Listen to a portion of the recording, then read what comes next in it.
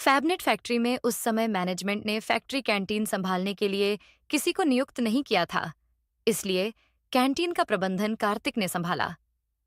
उसी दौरान फैबनेट कंपनी की 10वीं सालगिरह का आयोजन हुआ। इस कार्यक्रम में 500 लोगों के लिए खाने पीने की व्यवस्था करनी थी और इस जिम्मेदारी को कार्तिक को सौंपा गया।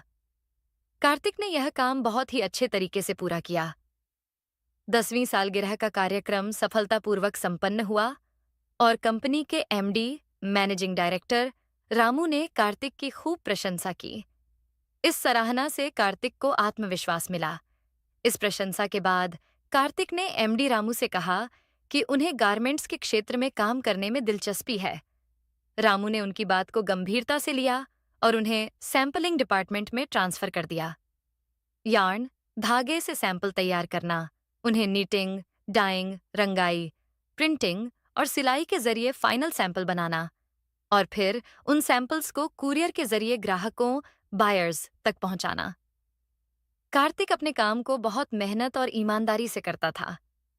जब भी फैक्ट्री में कोई बड़ा ग्राहक, बायर आता, तो एमडी रामू हमेशा कार्तिक को बुलाते थे।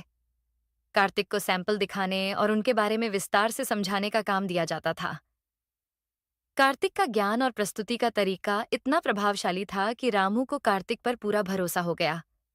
कार्तिक ने 3 साल तक मेहनत की, लेकिन उसे कोई बड़ा वेतन वृद्धि नहीं मिला।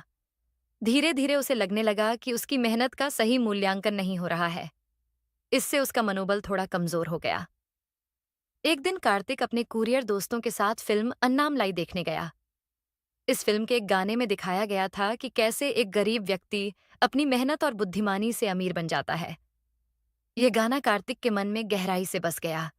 वह कई दिनों तक इस गाने और फिल्म के बारे में सोचता रहा, लेकिन उसने सोचा, यह तो केवल फिल्मों में होता है। असली जिंदगी में गरीब से अमीर बनना नामुमकिन है।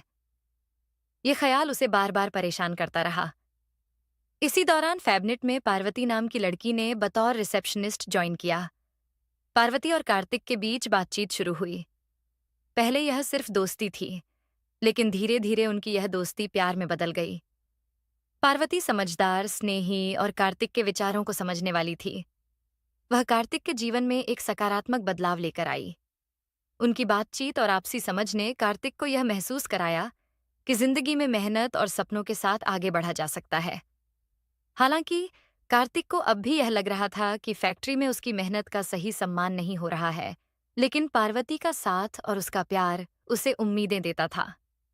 अब कार्तिक के मन में यह विचार था कि अगर उसे सही मौका और समर्थन मिले, तो वह अपनी मेहनत और काबिलियत से अपनी जिंदगी को बेहतर बना सकता है। पार्वती के साथ उसकी दोस्ती और प्यार ने उसे जिंदगी को एक नए नजरिए से देखने की प्रेरणा दी। कार्तिक की जिंदगी अब धीरे धीरे बदल रही थी। उसकी मेहनत, पार्वती का साथ और सपने उसे आगे बढ़ने की ताकत दे रहे थे।